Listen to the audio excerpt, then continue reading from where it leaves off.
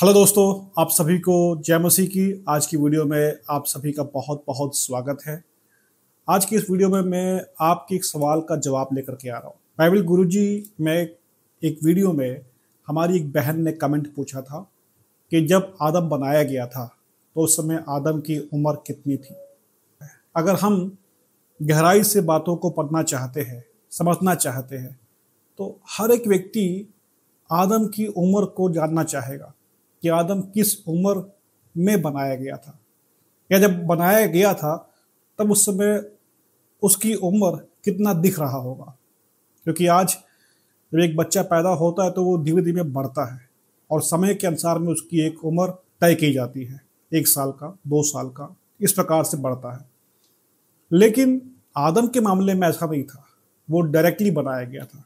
तो जब बनाया गया था उस समय उसकी उम्र कितना दिख रहा होगा या कितने उम्र के हिसाब से उसको आकार दिया गया था।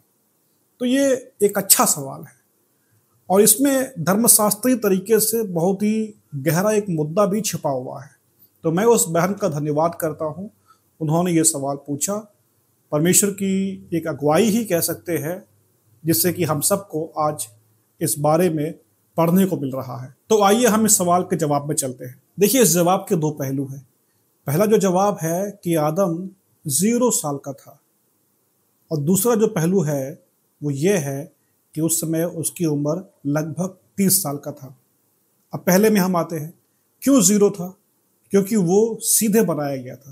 जब एक बच्चा पैदा होता है तो वो समय और दुनिया के अंदर पैदा होता है, और जब से वो पैदा हुआ है तब से उसका दिन गिनने लगते हैं। तो जब पैदा हुआ होता है तो 0 का होता है, और जैसे दिन बीतता है उसका दिन बढ़ता रहता है और वो उसका उम्र गिना जाता है।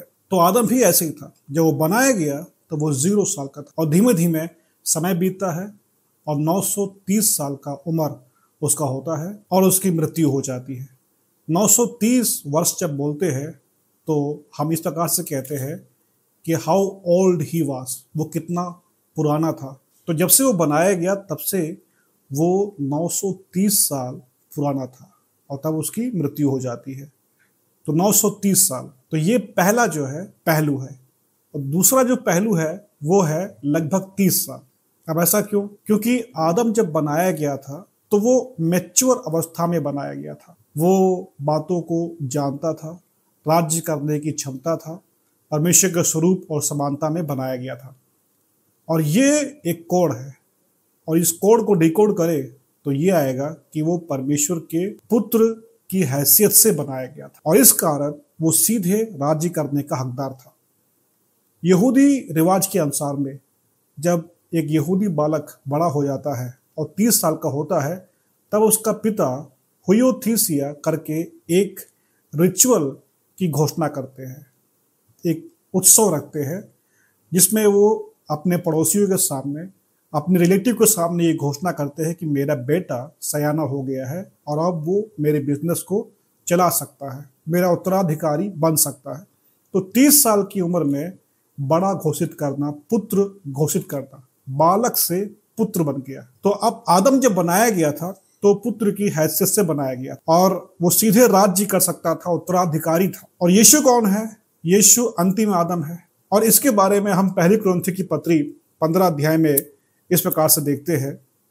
45वां आयत इस प्रकार से कहता है, प्रथम मनुष्य अर्थात आदम जीवित प्राणी बना और अंतिम आदम जीवनदायक आत्मा बना। तो जो अंतिम आदम है वो यीशु मसीह है। तो यीशु मसीह आदम की गलती को सुधार रहे हैं, और वो भी आदम ही है।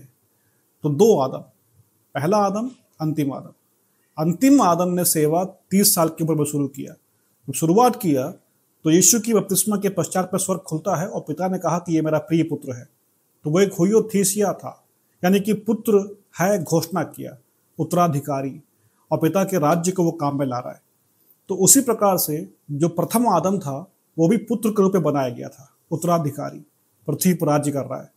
तो इसलिए जो यीशु मसीह की उम्र थी सेवा शुरू करने के वक्त में, और उसी समय शैतान यीशु की परीक्षा करता है। तो ठीक वैसे ही आदम की परीक्षा होती है और वो हार जाता है, लेकिन यीशु की जय होती है। तो यीशु की उम्र 30 साल था जब सेवा शुरू किया, क्योंकि वो उत्तराधिकारी बनने का समय था।